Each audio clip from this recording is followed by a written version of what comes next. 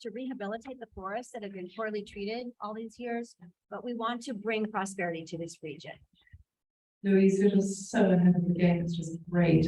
So ahead of the game that I completely failed to pass you the mic. So, but we'll come back to that. So how about we just click on this tract here, which I think is that region. Am I right in thinking that? Yes. Is this brilliant? So notice that when I click on the track, there's community conditions immediately pop up on the left.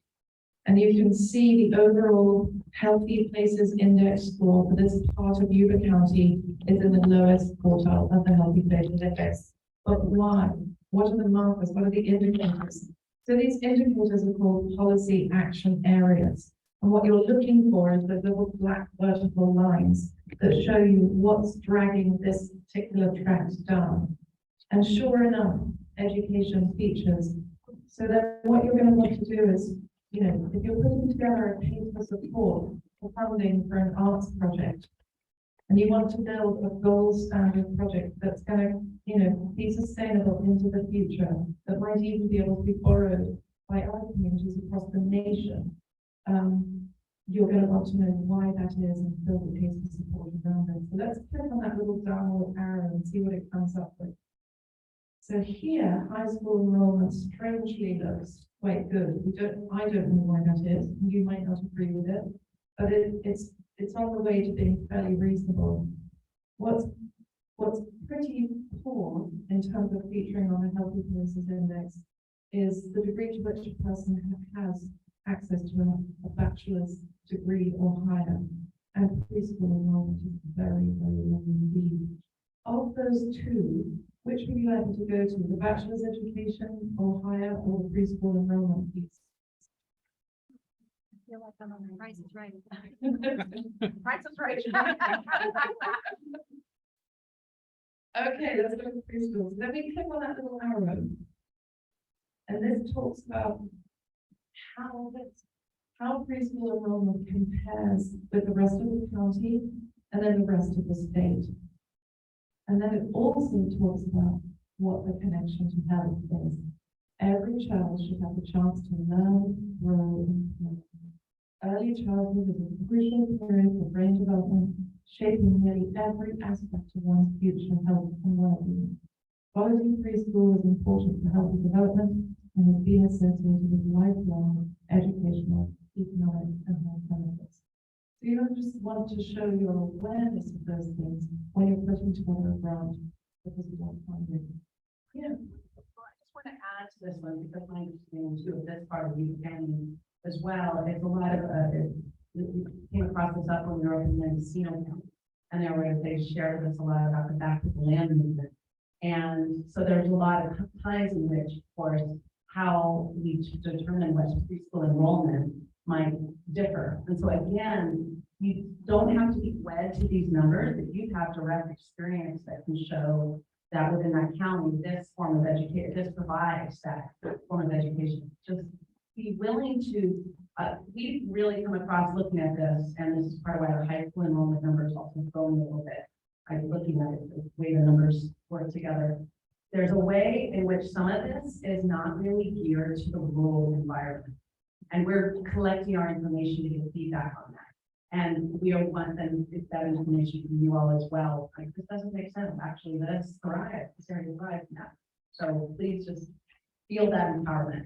I know I've taken a lot of time, but briefly, I would say that students in Oregon House. Sure, I would just say that students in Oregon House will commute to Nevada County to get to a better school.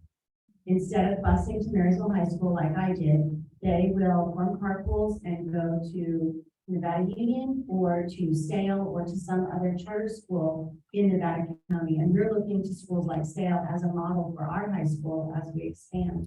The other thing is that this is enrollment rate, it's not graduation rates. I know that the graduation rates in the foothills are low. And so that's really what I'm looking at is that dropout rate because of the long commute. A huge number of them, the very full charter in your own days. So NCAA. take them away. Yeah, you take some of our students.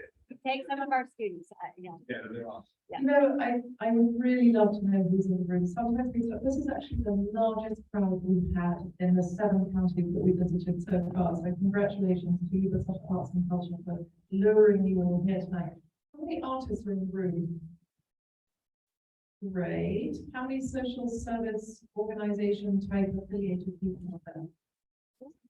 Brilliant. Yeah, and education, of course. Any excellent. Educators, give them. Yeah, oh, tons of, so intergenerational learning. This is one of the things that California Arts Council I know is very interested in. So the reason that we asked David to invite not only artists, but arts organizations, social service organizations, and educational institutions is because we want to mix you all up. It might be, some artists will be able to apply for funding just for themselves. Some artists might want to apply for a residency and be ready with a partner, you know, to do a year-long residency somewhere.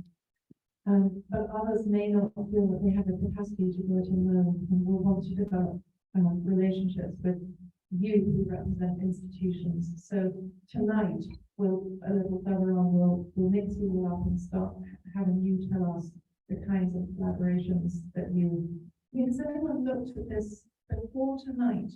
Has anyone dived into this at all? Don't be Yes, shy. so 2 people, wonderful. And you are an artist? And you, The healthy. the healthy places in Wales. Yeah, fantastic. So you've heard of this already. Great. Do you feel it has merit? Well, it does, until you drill into it, and then everyone's got questions about the content, but at a macro level, obviously. That's a really good point. The macro level is all important, I think, because there's so much there's so many nuances that this can't possibly know about. And that's why we're doing the listening groups, we want to hear about them. Yeah, let's have a look at Linda. Anyone here from Linda? Out of this, let's go and stick them fresh. This is Linda. Anyone here from Linda? Yay, let's have a look. So let's have a look what's going on in Linda. Look at all these little vertical black lines in the lower quartiles of all these indices: economic, education, social, transportation, neighborhood, and healthcare access. What are you seeing, Marcelo, when you look at this? Does it bring to mind anything? Is anything making sense or resonating? Just want to pause this to Marcelo.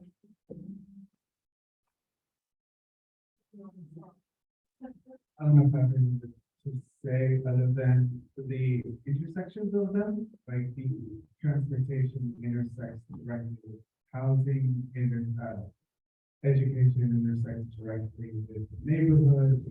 So it's not just distinct categories, but because of one, the other will also suffer. Because of one, another will sell. Because of one. So it's really one big picture. We were seeing here the macro level, so macro of the micro. The macro of the micro here within the district of that area where I live, near Northfield. So, Road. And right there, yes,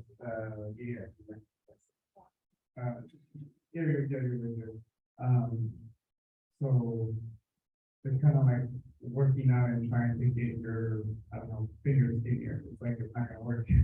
It's, you have to work out your whole body. Yes, I did.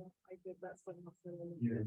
It says Linda in the tiny area, but actually he's close to the field and force place. Oh, no, right there. Yeah, that's very good. Yeah, in the back. Just a question, I can talk about it. Where is mental health and what policy areas and people and not necessarily for health programs, because that's a portion of it, but where do you hear that mental health is, showing up.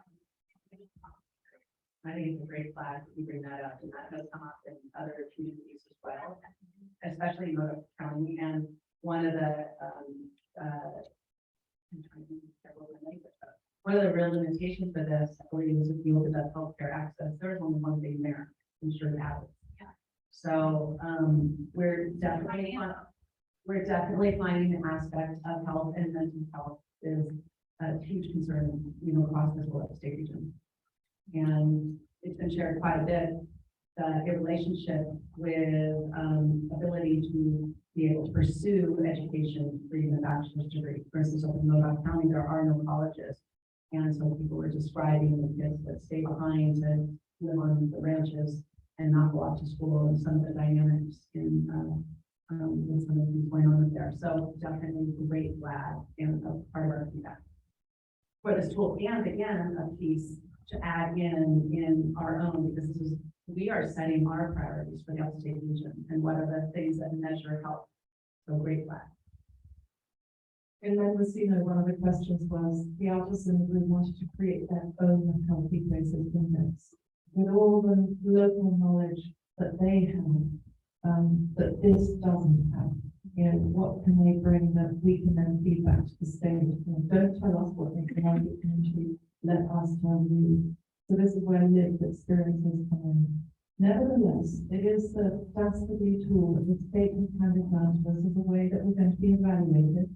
It's a pilot program, so it's a great muddle of things.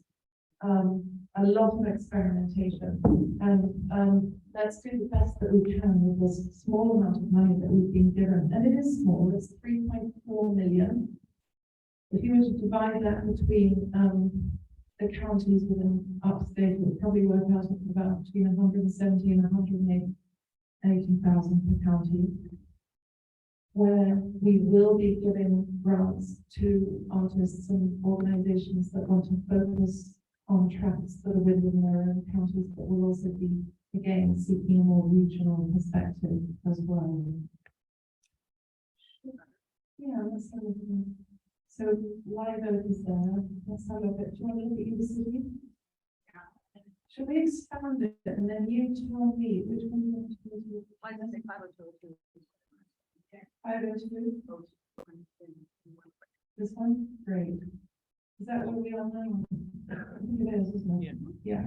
This is where we are. This is the lowest Sutter County in terms of that ranking of the Yeah, no, this is just, I was honing in on that one because it had the lowest score for Sutter County at 6%.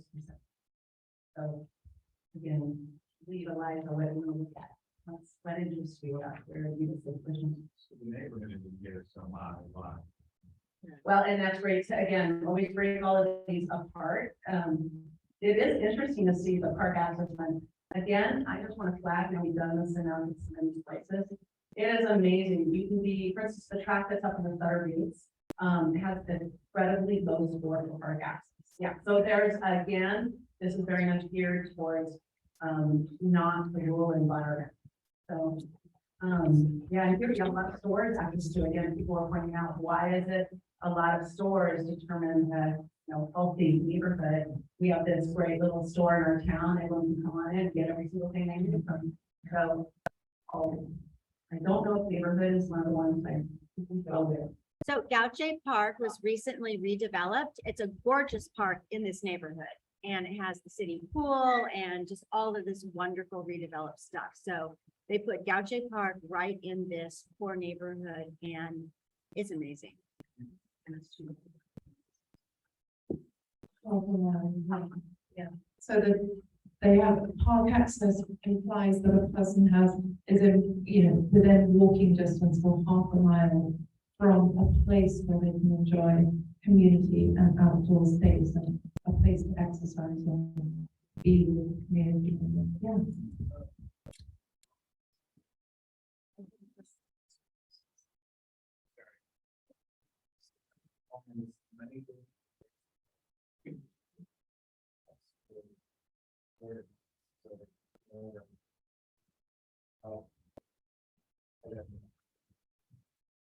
it's not going to the dark green areas, it's going to the dark blue areas wherever possible. Or in a community that appears to be sort of a blanket pale blue, there will be things that are making it blue and not green in the first place. So then it's a case of burrowing down and seeing what those emphases are. But yes, no, we don't want the rich to get richer necessarily.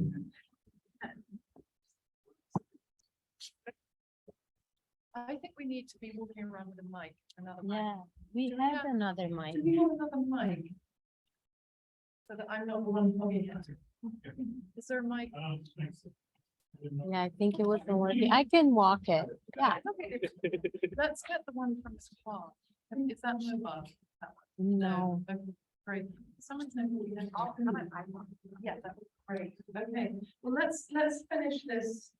Do we want to just finish this? Because we're going to have a bit where we can crazily share ideas. Should we just go back to the presentations? Or do you want us to look at any one of these reasons, Katrina? No, I mean, you're there, that you go back out for access. Yeah. I will flag on this one, go to the clean environment. Yeah.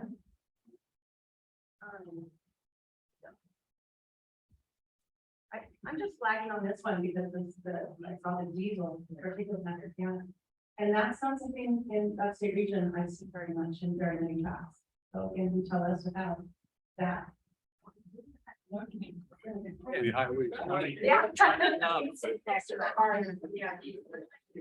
It's clearly impacting the community. I mean, it's clearly, Let's see what it says about it. Let's see what those particular things, like how does it relate to? Okay, so Everyone should, it's gone off again. no, back on again. Everyone should be able to live in neighborhoods where it is safe to breathe. Since fine particulate matter is so small, it can reach deep into people's lungs, increasing the risk of cardiovascular and respiratory diseases, poor birth outcomes, and premature death. The question must always relate, how does relate back to how, what can artists do about this? Do you know what I mean? Is it ridiculous, or is there some kind of public awareness campaign around green living that we need to create? Let's go back to the macro. What? Yes, okay, you were thinking it was very important. Yeah, okay, so let's get out of this and go back to the presentation for a second. And then we're going to turn it over to you and walk wildly around with this mic. So, what are the factors that might determine how much a county or region will be apportioned? We talked about that. Do we just do it across county lines, give everyone the same amount? Do we think about county population? Why not? Oh, sorry. Okay, there we go. At least there we almost are. Do we take into account county, tribal, and ethnic considerations in composition? Obviously, we're going to look at the overall proposal strength and the degree to which it has a chance beyond the grant activity period of remaining relevant and becoming a gold standard or a benchmark for the future, a case study. And you will be looking to create case studies in each community wherever possible. And so when you're thinking about preparing a project, think, how can this become a case study? How am I documenting what I'm doing in a way that can be communicable? And then, of course, options for or existence of cross-county collaborations and mentoring. And this is where state and local partners, as well as social service organizations, you all have, and you know, educational institutions, you all have networks. There are bunches of networks in this room. How can you work together on a project that goes beyond where you are in your bubble? And we're also looking to, you know, we want you to tell us what size of grants should we offer. Should we offer a ton of 1 month long residencies, you know, an artist and a gallery working together for a common outcome, or a year-long residency? Should we have, and that are easier to get, perhaps easier to evaluate? Do we give discretionary or high impact grants? Those are the ones that have more partners involved, supporting more artists, and perhaps a little bit more complex in terms of the way they're administered. So this is where I would love to turn it over to you. I do encourage, I'd love those at the back to come forward if you could. Come and be part of this circle, partly because we're filming you and we can see you much better as we're recording you. And we're actually making a film, a sort of synopsis of our entire listening tour. So we want you to be part of it. So if there's anyone in the back that's not in, we'd love you to come in and have a close conversation. Okay. So over to you, Katrina, would you like to pass this around? Though I saw some hands up. Okay, Marcelo. Hi, Richard. So, I'm the poet laureate for Yuba Sutter Campus, and some of what that's happened in the past is the Just Arts program. I'm created in, providing arts opportunities for at-risk youth, both at alternative high schools and training centers. And as I teach workshops also like around nature and around the environment, for adults who are in that literary world, but never mixing it up with at-risk youth and in nature and thinking about the high school that I were mentioning. But when you put these kids in the environment, it's a different thing than writing about the things that they see around them. And being from here, having never even gone up to the mountains in my early adulthood, it's astonishing how close we are, yet how far away things are for many of the students and many of the young kids. And so even a day trip, I ran through a day trip to spend in the meadow, right? Is something that I think would be transformative to students who either would not get that opportunity. Shade pre-exists for high school students or middle school students. I mean, back in my day, but other than that, institutional funding across schools and across districts between very local in the city. I don't think that kind of thing exists. But maybe. Sounds great. And can I ask you, Marcelo, what was it that prevented you from making that trip to that meadow? For me, I teach all the time.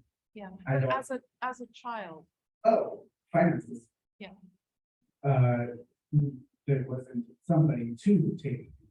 And lack of transportation, Lack of lack of transportation. organization between schools, transportation. Lack of information or getting the word out there. If there was an opportunity, flyers in school, it's very different with social media that can be spread. So if you were to create a project connected with getting kids out to experience nature and literary arts at the same time, you could use the data from this to show that there's a lack of transportation and lack of access for kids in Linda to these extraordinary places that are on our doorstep. Yeah. People travel from Yeah. other countries. Yeah. So you have the evidence in this map to make that case. Exactly. Right here. Yeah.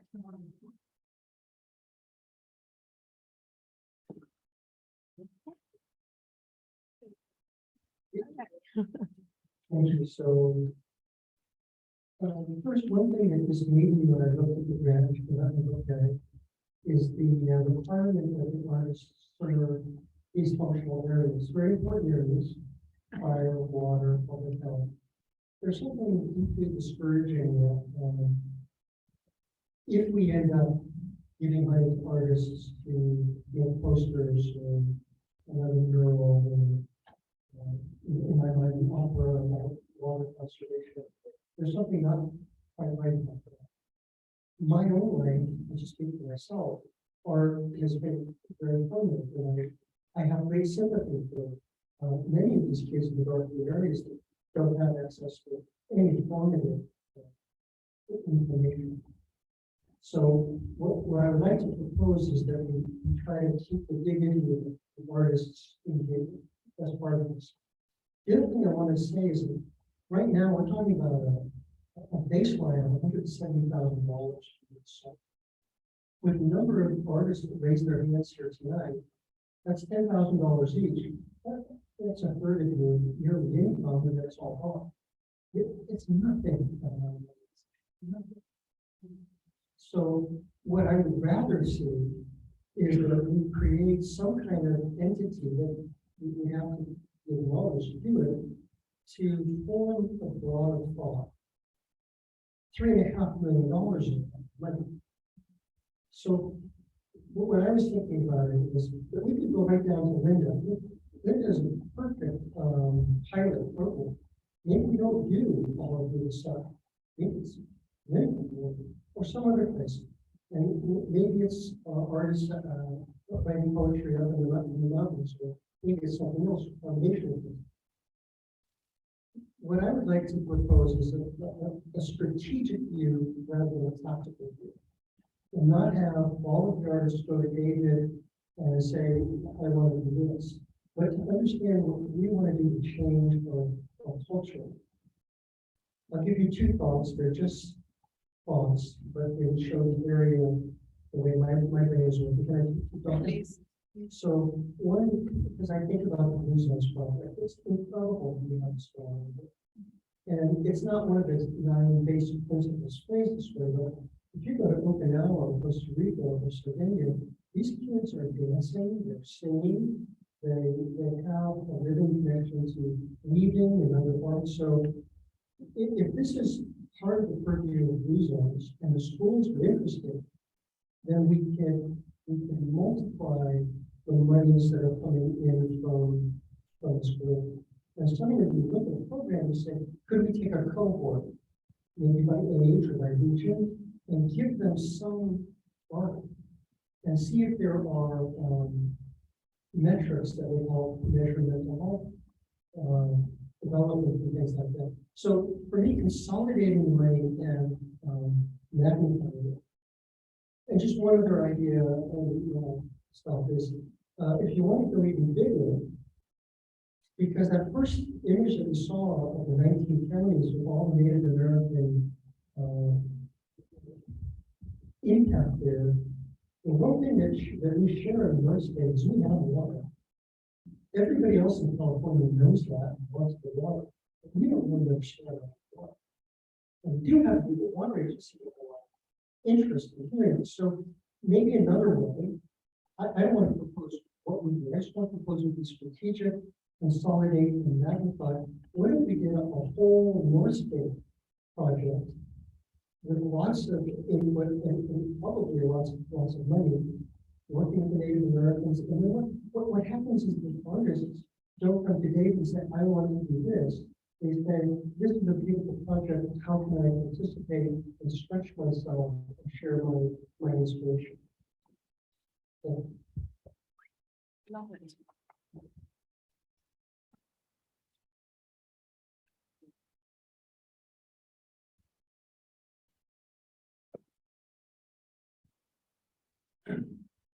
Trying to think of how to start this without saying I disagree, but I do to some extent. Having worked in education for 20+ years and being an artist myself, I think there is something to be said in these smaller northern communities where the arts is never going to sustain anyone's practical livelihood.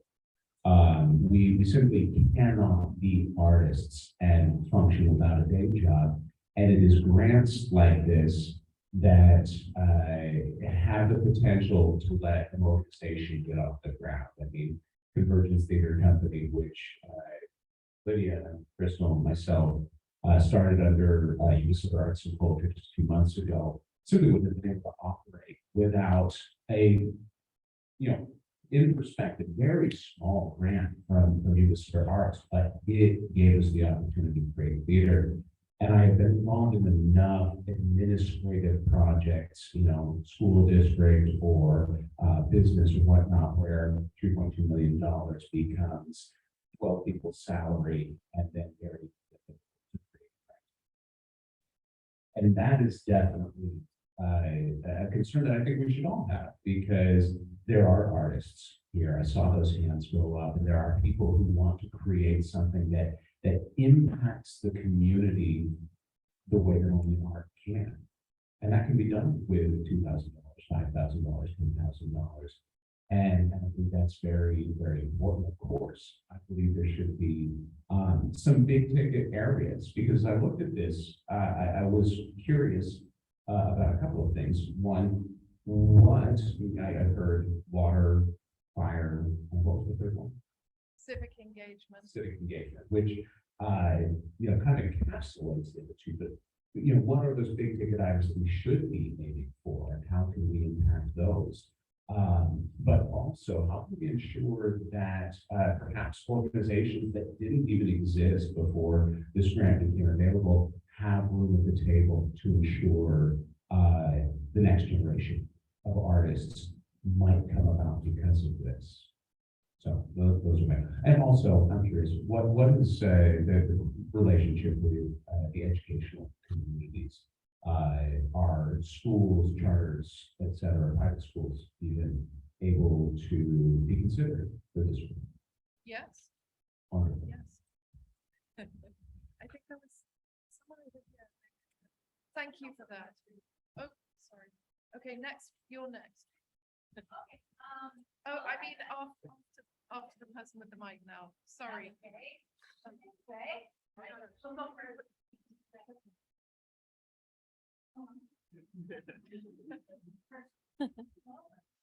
Yes, good evening.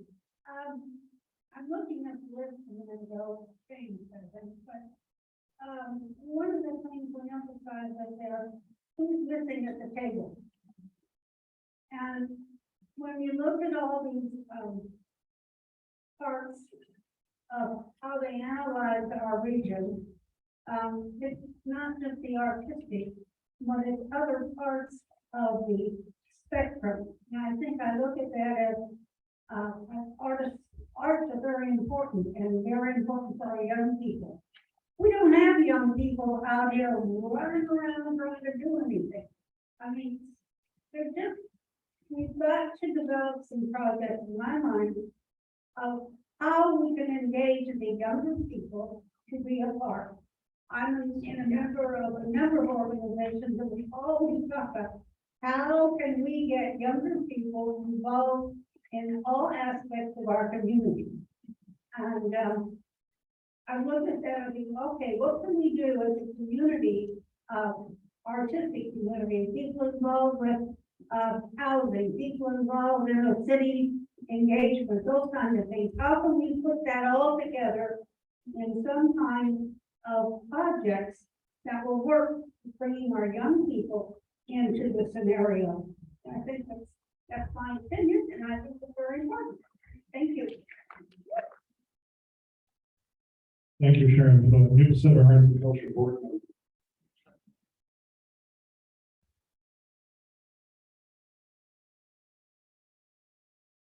I would echo that. That's actually a lot of where I was going, is who's not here. So looking around the room, lots of really beautiful people and lots of people missing, lots of groups missing, lots of groups of people that would be represented by the big blue dots are missing. And so I think to me, a piece of whatever these is also reaching into those communities, and a lot of these communities, we don't have to bring something to them. We just need to amplify what's already there.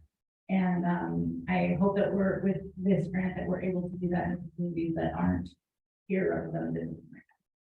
And I think you can follow up. I mean, remember that we haven't even released guidelines. This opportunity is at the sort of research and development phase.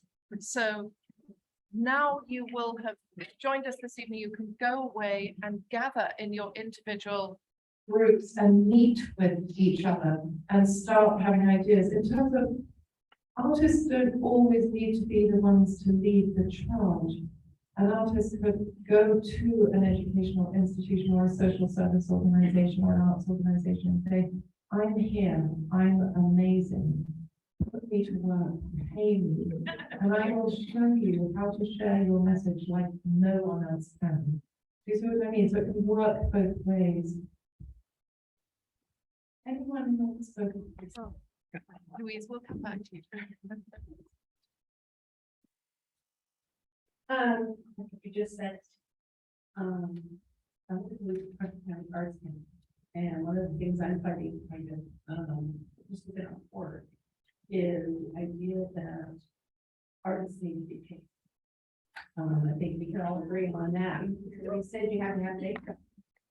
Our entire culture doesn't value artists as it did, and here, frankly, it's, you know, the arts have changed. There's a different, we print things now, we go to the computer, and we find a little picture that we want, and we put it on our thing, we don't have to draw it, we don't have to depend on someone else to, and pay that person to do that part of that thing that we want.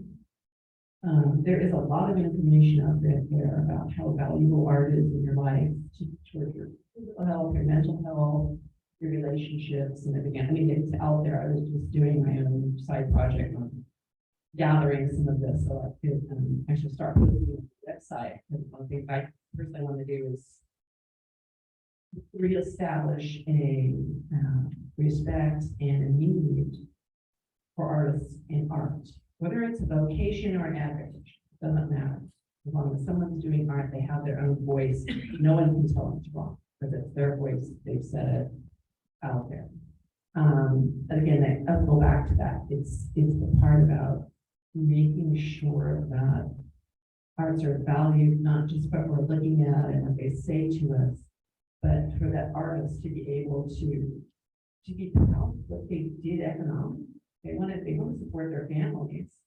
And we want to have more time to do our art so that our voices are truer. We don't have to worry about paying that bill. You know, we don't have to do a side gig, pay the bill, that we'd rather be doing something that says something about the culture or environmental problems or educational problems or whatever that is. So somehow we can change the hearts and minds of people that art is vitally important and it truly is that.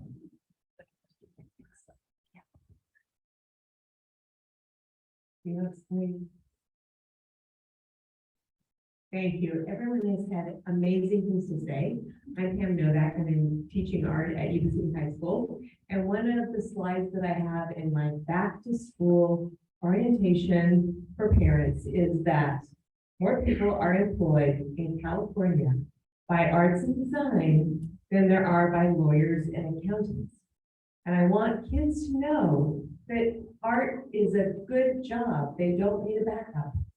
Hello, we have artists here and they need to mentor young people so they can follow their dreams. Period.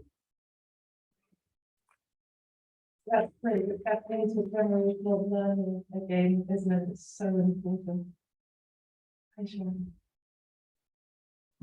Hi, Rosemary, I'll be one. The talk to Dan here, and I'm really shocked to see all the blue, the dark blue in our area. And I know 30% of our population is Hispanic, and we've got about 50% of them public assistance. And art is so important to our youth, but we've got to get to them because their parents are just trying to make a living and trying to eat and get to work on time.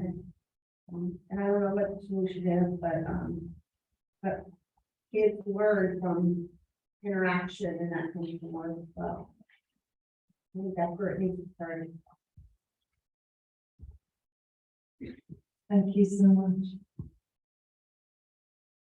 A little cluster of hand up here. I represent the Yuba Sutter Master Chorale. We are singers and we are all volunteers. So we don't need the money for each of us, but singing for the county is expensive. You've got directors to pay and pianists to pay and orchestras to pay and the music itself. When you've got 5 people up singing, it gets very expensive. So when we ask for money, it's not for the individual, it's for the group. And the last time we did a concert in May, and we did a Disney concert for children. This Christmas, we're doing a Southwest Christmas program that will speak, we have 2 songs that are Portuguese and 8 songs that are Mexican or Spanish, and the rest of them are carols and others that are from around the world. So we volunteer our time to get together to present these programs to the community, but we still need the money to keep it going, and that's where we all volunteer to do this. And right in front of you, well, next to you. Good evening, everyone. My name is Lauren. I'm one of the associate directors for the Adventist Right Out Healthy Kids program, along with Lydia, Chris, and my darling friends here. Everything that I've heard tonight is just fantastic.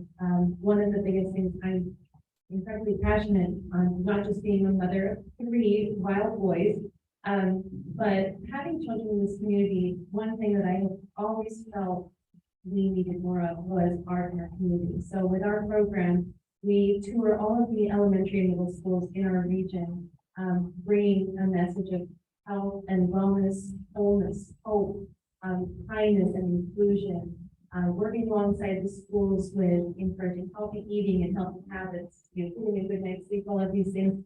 But one of the messages I hear the most from teachers is, we've never had live theater in our schools before. Some of these kids may not ever have the opportunity, the means to have some, they have their small, they'll have a, their acting class and things, which is fantastic. But a lot of them have never seen a play, or they've never been able to afford tickets to go see live theater.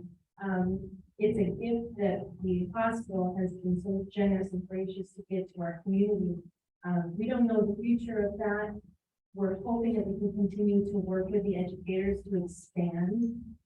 We'd love to do some in-class groups and offer workshops on mindfulness, and with Blue Zone, we talked about downshifting and talking to the kids about mindfulness and all of those things, and purpose workshops. I think really getting involved in our youth is key to the next generation of artists and leaders in our community. So that's something that we're really passionate about, and it's super exciting to see the rest of you and who's going to talk about, opportunities to have our young people go out and just experience life and community with art. And I think it's really, I'm inspired by each and every one of you. It's really, really amazing. Thank you. Thank you. And I think I saw another hand. Yes. Well, I don't have an artist bone in my body, but I have a different kind of art, and that's storytelling. I do historical history for children, especially 4th grade, and working at the county in the new 3D Village Parkway that's coming. We're hoping to put signs out done by artists, David. And as the kids come out into the country and learn the history of our community, it's done in a story, and that is an art form in itself. I love that you say that, because wayfinding has been shown to have really positive sort of pride of place, health connected benefits. So go for it, start thinking, start finding others that want to do the same kind of project and proposing. Any others?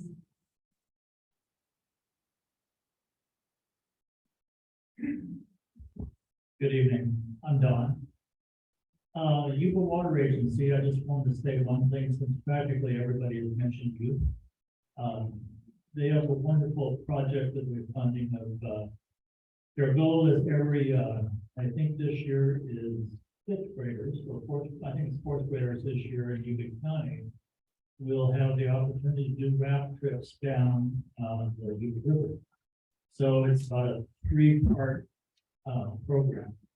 There's educators that come in and talk about the river. Before the trip, they actually do the trip in rafts going from the Parks Bar down to Sycamore Ranch, various educational stops. And then after the trip, they come in and review the trip. I went on the trip last year myself. It was exciting. The best part is seeing these kids their minds are just sponges. And like this one gentleman mentioned, he had a 50 different amount until it was, in high school. But this is gonna be every fourth grader, it's gonna be, and it's funded by you.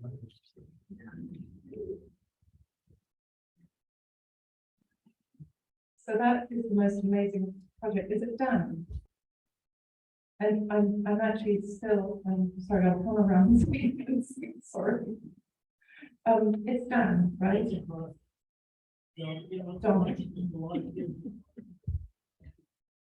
Okay, so imagine that you were applying for project funding, and imagine there was a question that said, how do you stay in touch with those kids afterwards? Is it just a one-off that they remember for the rest of their life? Is there a way that you keep in touch, or that you train other people to keep, you monitor them as they go through them, as they get older? Like, how can you create sustainability around that? So you've triggered the awareness for something greater and grander than you can possibly imagine, and how do you stay with it? I think that the agency also funded a project to create a curriculum through Yuba County. So that's going to help also. And then they're also, when we remodel the library, there's going to be a section in the library on water education. But I think it's throughout Yuba County schools. And the museum. And more. I love this. So then my question becomes, okay, where are the artists? Are they literary? Are they visual? Are they digital media? Who's recording it? Like, creating that documentary around it is going to be something incredible and inspiring for other communities, isn't it? So think slightly beyond and think, how can you pay artists through this program to take it to another level and share the amazing work that you're doing beyond what it is now? David, do you want to add? Oh, sure, yeah. Thank you, Tom. Sutter Arts Culture. And we have an example that you mentioned, WPA, they funded artists to create social advantage conditions. And I'm just wondering how we can use that to inform us presently about how this would work. What outcomes were there? What outcome studies were there to indicate measurable improved conditions because of artistic involvement during the very times? How did that work? That information. I love that you say that, because I myself am asking the same question of myself. And of course, this being a listening session, I don't yet have all the answers. However, I did write 3 books on the WPA last week, and in 2 of them, the introduction was written by somebody I know very well. And in this case, it was a gentleman called David Kippen, who's the former chair of literature and theatre at the National Endowment for the Arts. I called David last night and I said, we need some examples. We need to have a literature and theatre specific Zoom meeting, like the one we're having tonight, for the whole upstate region, where we ask David questions. Come on, show us your best practice examples of WPA projects of literature and theatre that happened between the mid-30s on the heels of the Depression and the beginning of the Second World War. What has survived?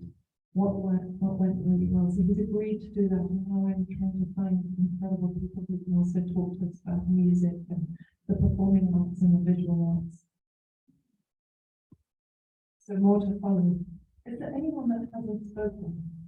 Sharon, let's have you, and then I'll pass it to Stephen. Good evening again. Just a couple things. First of all, how is this grant process going to work? Do we submit some ideas of things we've done in the past that we want to keep going on? Or are we trying to come up with something new and something to extend beyond what we're already doing? But a lot of projects you mentioned I've been aware through the arts and culture that we're doing. Helping our artists have a facility, a studio to work out of. Different things like this that are occurring in our community. So is this grant going to allow us to go beyond that? Which I think is probably true. The idea is always to expand beyond what we're doing and try and encourage, because what we're doing is great, but we still got to get more people, more youth involved, and keep something going. So I'm wondering, how is this grant going to be operated? Who's going to be responsible for saying, okay, you get 1,000, you get 5, this kind of thing. There are actually a couple of questions there. So first of all, we're going to work with our state level partners. So David at Yuba Sutter Arts and Culture, each county arts council will be responsible for putting together a peer review panel for their own communities. Nevada County Arts Council, as the administering organization, will invigilate each panel just to ensure that the program goals are being met, etc., etc. So in other words, it won't be an outside agency determining the future of project funding in the Yuba Sutter region. It will be you. The other question is, Sharon, you asked about whether these funds can fuel projects that might already exist in some form or another, but perhaps have failed to thrive through lack of funding, or whether they need to be completely new, like completely new. And I know that this is, David will probably share this frustration. We're often asked to apply for grants, and we have to come up with something new and fresh and sexy and twinkly every time, and it's exhausting. And you think, we already have this amazing community commitment around this other idea, why don't we just make this better? So this is a question that we have to take back to California Arts Council. I'm hoping it's going to be the latter, but it's totally on your slide. A bunch of educators just left, but I also just within this too, because you brought up the Stanley tour, you brought up on Yuba. I just really want to make sure that Yuba, the Yuba watershed goes up into these areas you're talking about that kids haven't gone up to. Think about it, trace that water. Think about connections up in Nevada County. There aren't a lot of blue areas up there. Can you find a way to inspire some people to be collaboratively working down here? So just be willing to look at the watershed picture too. So in other words, you're embracing an entire watershed rather than a very specific sort of linear part of one. And that applies to anything. Stephen. Just a thought about the WPA. So that's 90 years ago. And the WPA lasted for 10 years, up until 1943, in the middle of the war. And the primary things that they did were providing music and role plays to keep communities alive, emotional, along with Major League Baseball is probably the most important movement of energy. Also murals. I think the murals are a big part of it, and even bigger and connected are the photographers, the cinematographers, and the people gathering information, recording songs that have long since disappeared, would have disappeared, and also folkways, how people live. I want to emphasize that. The reason I want to say it is that the WPA changed America because it sealed our vision of who we are. The movies that you see with the Westerns from the 1940s and 50s, they came from visuals that came from the original cinematographers and photographers. When we think about ourselves as Americans, we actually largely think of ourselves from the 1930s. And because these projects with passionate artists that guided to understand certain things, we really created something very special. And I say that because I want to keep pushing the idea that we want to be strategic about this and do something really quite culture changing.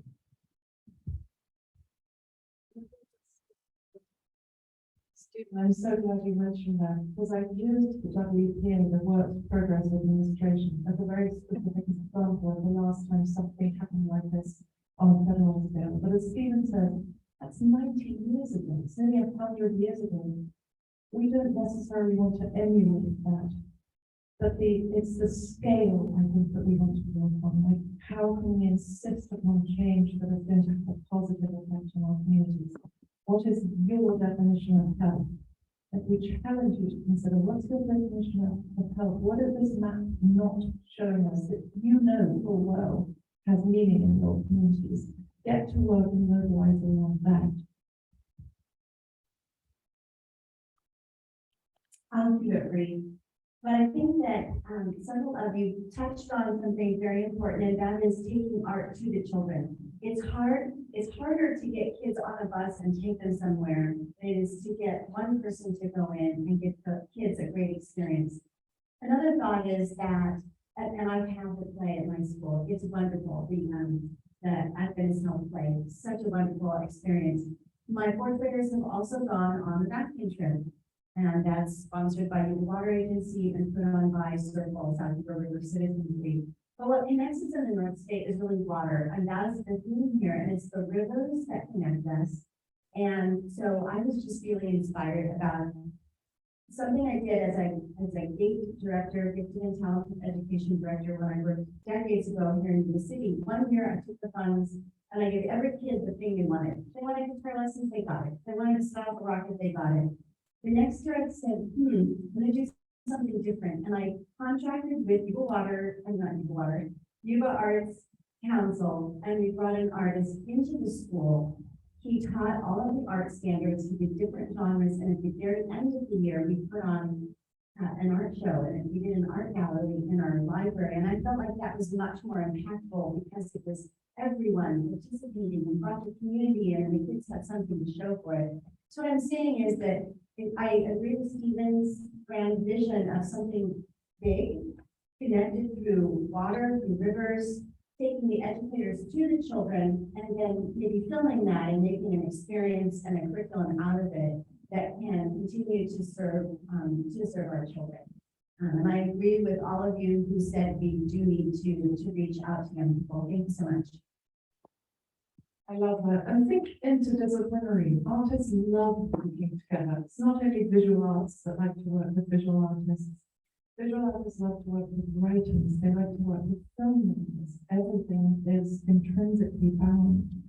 So whether you're an artist or an administrator or a school principal, think about the ways in which you haven't quite been able to grapple with something. And then invite artists across different disciplines to come and talk to you about that. And together you might be able to sort of put the puzzle together. Anyone who hasn't spoken yet? I'm kind of curious to hear from Stony himself. If you're how is this all going to be used? Stony, come and stand in front of your camera.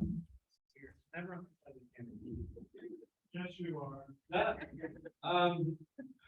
I think the arts is great. I mean, I do a lot with reading, I do have a day job, I do have to do things, but have, another outlet, to get involved with a lot of different art projects. I think the artists have some responsibility to keep those out as well. We can't just go out of grants. We can't help you get going. I could talk about the acting, company thing is, it was a way to get started. Right, they still have to do their own thing, make their own money. And again, just rely on handouts, like all my handouts to get you going. I mean, you need some start, but you still have to be in the cap. That's why I'm here today. I got cool things I do with David. We did we talked about the kids. We did some juvenile hall thing. Where we did some teaching the kids in juvenile hall how to take photos. So they had something to look forward to when they got out of juvenile hall. That was very moving. We did an art show with them. That's really cool. And when I talked to the staff there, they said this was the most engaging thing that the kids did. They get a lot of different people coming in to do things. They get a lot of things to go do things, but the photography thing was really something really cool to them. They got to get out of themselves and you know, the stories behind that with this, these kids that are like 15, 20 years old that are doing serious. I mean, I was in there with guys that were like murder type thing, and it was crazy. They're just kids, at the end of the day, they're kids. But they were sponges. They just loved it. Anything we could do to for experience and let stuff get more money to get programs started. Life changing. I had a lot that, you know, I connected with. And, so, yeah. So that's great. Right, and from the camera. So when we think about these dark blue areas, great, I'm coming to you. When we think about these dark blue areas, we're thinking about vulnerable communities. And when we think about art, what's the common denominator that art does? It lends voice. Who are you lending a voice to? How are you including? So we're so used to certain words and phrases that become so familiar, we stop really feeling them, like who's not at the table. Think of lending a voice, and through what medium and collaboration with who, and walking over here to the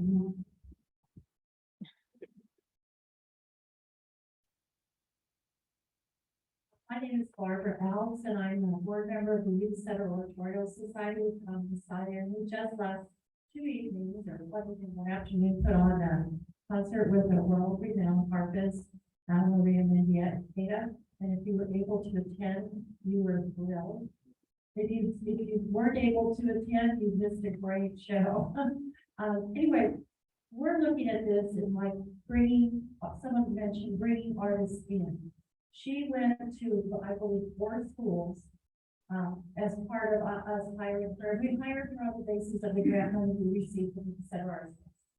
And she, you know, she must have seen, I don't know, David, how many kids? Well, I went to. Yes. 460.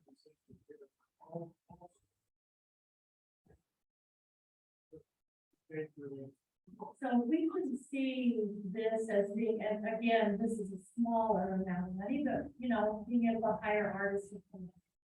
It's too unwieldy and expensive for the districts to get buses to take kids to Symphony or somewhere they would be wonderful to take them. But part of our group is also a youth center. And perhaps maybe they could go to see the Sacramento. I mean, we need, if you look at the age of our orchestra, we're kind of aging now. And we need to have young people of all, kids from every demographic that's up there. And we need to have them in the orchestra or in getting into bands or orchestras or something for performing, because we're all getting old. And it's, you know, it's just a natural order. So we'd like to see maybe some grant money to either bring artists in to inspire children or, you know, help people use symphonies, see some professional stuff. Anyway, thank you. Yes. I'm her friend Jan, and I'm also on the board of the Yuba Sutter Oratorio Society, the Yuba Sutter Symphony, and I'm also on board for the Yuba Sutter Youth Symphony, and I'm also a music teacher in the city Unified. And yes, right now, any kind of field trip is usually mixed because we don't have enough bus periods. So if we do it, it has to be on a weekend. And my own orchestra, if we want to take a trip, we're fundraising for it big time, and that takes a lot of time. And I'm not asking for grant money from necessarily my students to perform at Disneyland, but I do think getting artists to come in can have a big impact on it. The post going on distance learning and post pandemic, the music department is taking a hit because I mean I must have gone on 60 different houses, tuning violins during that time, and those kids have those schedules just too foreign. That's not why they signed up for music. They get to be in a music class. It really ends up being a family. And Barbara and I were talking about it earlier. Kids, if you don't provide a family for them, they will make their own, and that's not always the best thing. So I second Barbara's comments about bringing artists in, visual artists, musicians, storytellers, dancers, anything that can enrich them. Because even if it's just a couple kids, like I want to try that sometime. That's they're added to the culture. you so much. I wanted to draw your attention to the fact that there's a ton of money coming down among us right now in arts and education. Yuba Sutter Arts and Culture. If you were to be in touch with David, he can walk you through all the grants that are specifically for education. There's one called Exposure, which funds field trips. There's one called Artists in Schools, which pays for artists to go into schools and teach curriculum about arts education during school hours. And there are other ones that teach arts integration as professional development for teachers. There's a fabulous website called Create California, Create CA, that gives you all the arts funding information and what's on the ballot for more down the track that you can go to. So this particular grant is very exciting. It may not answer all, make all dreams come true, but there's a ton of stuff going into education right now, and I really encourage you to sort of learn up about it. And David would know. So we're kind of at what time is it at the moment? It's 7:15. Yes, so what time did we start? 5:30. Goodness me, I can't believe this one's still here. Shall we call it a day? Do you want to know what's next? So right now are we in county 7 of 19? I think it's 7, isn't it? And tomorrow night we're in Nevada County, which is where we come from. We thought we'd better do Nevada County sooner rather than later, otherwise we'll get into huge trouble because it's our own county. But then we're going, next week we have this unbelievable week where we're away for 4 nights. We're going to be in Del Norte, Siskiyou, Trinity, Humboldt, and Shasta. So you can see we're gathering all kinds of information. The idea is that after we finish our listening tour, we'll be checking back with all our state local partners, that's the county arts agencies such as Yuba Sutter Arts and Culture. And we'll be looking at listening at what we've heard and what we've seen in all the communities, and we'll be putting together some programs, some grant guidelines, which we will announce in February. When we announce them, you're not on your own. We're going to be giving you webinars and trainings, and each county arts council will be providing professional development and technical support, and we'll make it as easy as possible, because we know, like you, it's such hell writing grant applications, especially when you survive on them. So we'll try and make it as easy as possible. But the thing that you need to be doing now is talking to each other. So for all of those who represent institutions, start thinking about the artists that you know and trust, and start reaching out to them and having conversations. And then for the artists in the room, start talking to each other, reaching out to other artists, whether in your discipline or not, and start thinking about who you want to partner and what sort of social service type agency you're interested in working with. As an artist, you don't need to apply with another agency. You can just apply for yourself. If you have a great idea and you want to do a residency, it's meaningful for you. Go and just remember the Healthy Places Index. Take it with a grain of salt, but do. We're going to try to exercise as much scale and relativity as we possibly can. And believe me, we will be feeding back to the state. There's a 2 million competence, et cetera, et cetera. So we'll be doing our advocacy on behalf of you as well. But I thank you so much. I'm just going to show you one page that we created. The beginning of the website went live today. Let's go to this.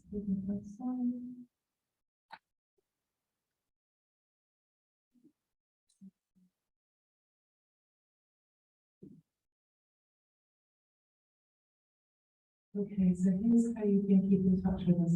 We created a website which is literally live today called Upstate Creative Corps. Corps, C-O-R-P-S, meaning army of artists. We want an army of artists to be paid. We've also created a Facebook page. We're trying to create an Instagram page as well. Some communities just don't use Instagram. Others do use Instagram. We'll be on both. At the moment, we just launched a Facebook page. And so tomorrow you'll notice that Gianna will have put out a gorgeous post about Yuba Sutter. There's a link here for the Healthy Places Index and to the Blue Zones project, to the Sutter Arts, and there's an email that you can write directly to us at. So just please keep in touch. If you have ideas that you want to talk about beyond tonight, reach out through that email address or reach out to David and just get inspired and just keep talking. And Yuba Sutter Arts Council, Yuba Sutter Arts and Culture, keep talking on the board about how to mobilize the community. That's it. I'll just show you very quickly. Maybe this is one example of a project we did that inspired us to apply for this grant. So for the last 3 years, we've been working on a project called Forest Fire. Forest Fire explored the 13,000-year history of man's relationship to our forests and our forests' relationship to water and to clean air. And it came to a natural culmination last month when we de-installed it and employed 20 artists across different disciplines. And going to the culminating exhibition, which was accompanied by a full education program, was like walking into a forest, starting with the receding of the last ice age, where you walk under wide diameter trees, then you walk underneath, you walk through a forest which is the result of European settlement, where the trees were all cut down to create mines and houses. And then you come off the other side of the gold rush and trees grow back with a much thinner, more sparsely, the much smaller diameter trees, much closer to the ground. The large, big brown dams of the forest are gone, much more prone to catastrophic fire. All this is deeply related. So that was our relationship being up in the mountains. We created a project that inspired us to be the administering organization for this grant. But for you, you'll have other things that are important to you. So what are they? Start thinking. I'm going to just get out of that and just put our website for the Upstate created for here so you can see what it looks like. Where is it? Perfect. So this is literally going to change from day to day. This is going to be developed, and we're going to put the PowerPoints for each county in on. So each county will have its own page, and we're going to translate them into Spanish. Right now, my husband, who is from Cuba, is translating the Yuba Sutter, the Yuba Sutter PowerPoint. So you'll have your own in Spanish that you can share with your Spanish-speaking communities as well. We don't want anyone to be left out. If you have a special connection with a community that speaks another language, let us know. We'll bend over backwards to support the language of that community too. And I think that's really it. I'm so grateful that you all showed up. Thank you so much.